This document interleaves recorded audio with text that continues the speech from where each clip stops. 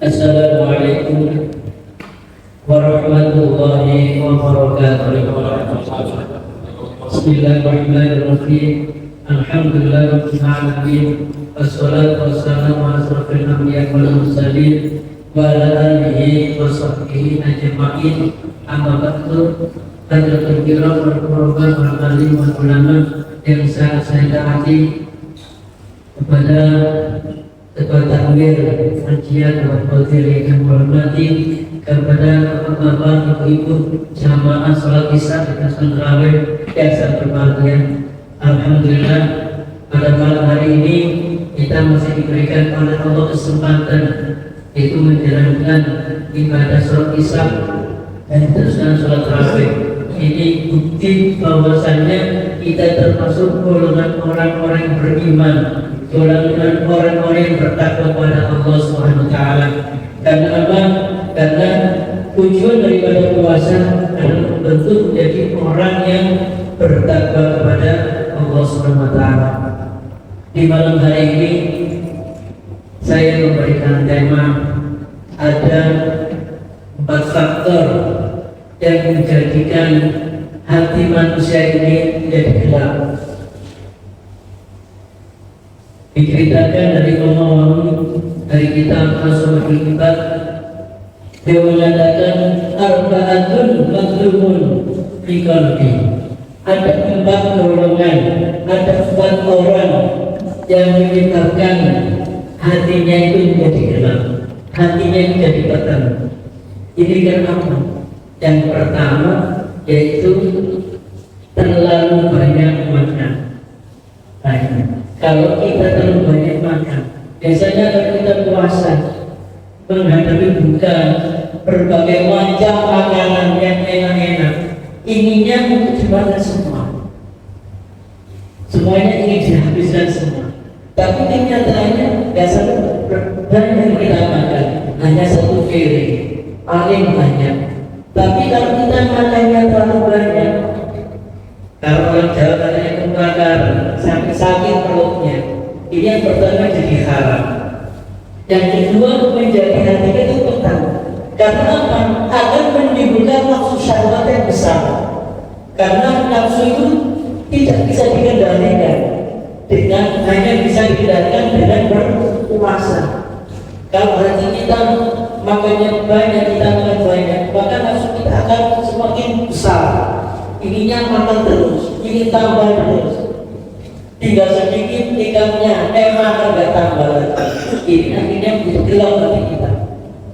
Lantaran gelap hati kita, perbuatan kita pun akan menjadi gelap. Karena kamu terdorong dari nafsu kita yang sangat besar. Inginnya ingin memiliki semuanya, semuanya ingin dimiliki. Harta ataupun apapun ingin kita miliki semuanya. Makanya ada jalannya ingin jalan pintas. Ini yang paling bahaya. Maka dari itu kita kalau makan, kata Rasulullah SAW, kalau sudah terasa kenyang itu berhenti. Jangan lihat makanannya, banyak ini, gak habis semuanya. Kalau tidak habiskan jangan seperti itu. Ya kita berhenti aja, kita berhenti. Kalau sudah berhenti, jadi kalau tidak terlalu kenyang, otomatis kita itu akhirnya semangat untuk ibadah kepada Allah Subhanahu wa taala. Akhirnya hati kita tidak akan gelap.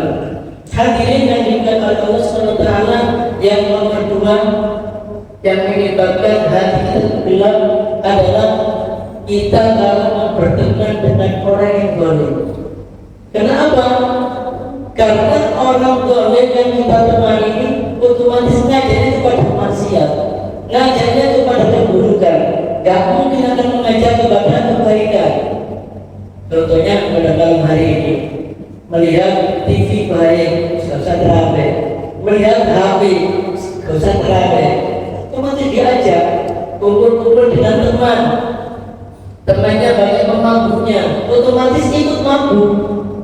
Kalau dalam kitab Ta'lim dari Imam Ghazali, melihat seseorang itu harus dilihat temannya. Siapa temannya itu? Kalau temannya baik, otomatis jadi orang baik. Tapi kalau temannya buruk, otomatis jadi orang buruk. Ini harus kita perhatikan. Yang perlu kita perhatikan, siapa teman kita, Siapa yang kita ajak bicara, apakah nantinya akan membawa manfaat bagi kita, apakah semakin buruknya perbuatan kita. Hadirin yang dimuliakan oleh Allah Subhanahu wa taala, yang nomor 3 adalah punya angan-angan terlalu jauh. Kita boleh punya cita-cita, cita-citanya panjang, tapi kita harus tahu kemampuan kita. Kalau kita tidak tahu kemampuan kita, jangan terlalu jauh. Seandainya kita tidak punya uang, inginnya beli mobil, secara dohir nggak mungkin kita membeli mobil dengan yang paling mahal. Ini nggak mungkin bisa hanya kredit. Dilihat kondisi kita, mampu nggak kita kredit? Kalau tidak mampu, jangan dilaksanakan. Ini mengakibatkan hati kita beban. Kalau nggak mampu dipaksakan, otomatis kredit mobil yang harganya mahal, bulan pertama mungkin bisa izin, bulan ketiga mulai terasa, bulan keempat dan seterusnya mulai berat. Akhirnya nyebet kesana kesini, cari lubang untuk lubang. Nah ini yang perlu kita perhatikan. Jangan sampai kita itu terlena dengan angan-angan kita, terlena dengan cita-cita kita. Harus kita ukur kemampuan kita, sampai di mana kemampuan kita. Kalau nggak mampu ya sudah, kita harus punya prediksi lagi, kita tetap kembali. Jangan sampai terlena dengan angan-angan yang terlalu panjang. Hadirin yang dimuliakan oleh Allah Subhanahu wa taala, ini ada yang dibalik kegelapan hati kita itu ada cahaya. Juga ada empat golongan yang menjadi hati kita itu menjadi bercahaya, tapi jadi gelap. Sekarang menjadi bercahaya. Di antaranya yaitu yang pertama, makanya jangan terlalu dekat-dekat. Kalau kita puasa, sering puasa, otomatis pikiran kita menjadi sehat. Sumur li sehati, kata Rasulullah SAW. Kalau kita sering berpuasa, otomatis kita menjadi cerdas pikiran kita. Jangan sampai dipergunakan kita puasa sehari penuh untuk tidur, tidak ada aktivitas. Ini tambah nggak cerdas akhirnya. Jadi ya, yang perlu kita tanamkan dalam hati kita supaya menjadi cerdas. Bagaimana kita menjadi bercahaya hati kita. Yang nomor 2, kita harus cari teman. Kalau dalam slogan kumpulan ngomong soleh, kita harus bersatu kepada orang soleh yang mau membantu kita, menunjukkan kita jalan yang baik. Seandainya kita salah, ada yang membenarkan. Namanya manusia itu pasti ada salah dan dosa, entah itu disengaja atau tidak disengaja. Tapi kalau kita bisa memilah teman yang baik, otomatis kita akan ditunjukkan jalan yang benar.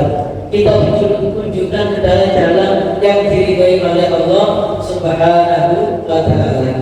Yang ketiga adalah kita harus gak boleh terlalu jauh angan-angan kita. Gak boleh terlalu jauh. Yang ada ini yang kita kerjakan. Kemampuan kita ke depannya ini apa? Jadi harus kita kerjakan. Misalkan ini sudah menjalan bisa, ya kita kerjakan. Apa yang ada ini kita kerjakan, yang kita hadapi ini. Jangan nanti jangan tunda-tunda. Ini yang menyebabkan hati kita akan cerdas, akan bercahaya dalam hati kita. Yang nomor 2 adalah mau menyesali perbuatan kita.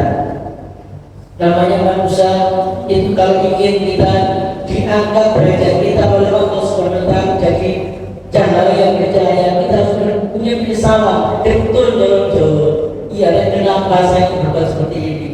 Kenapa aku berbuat seperti itu?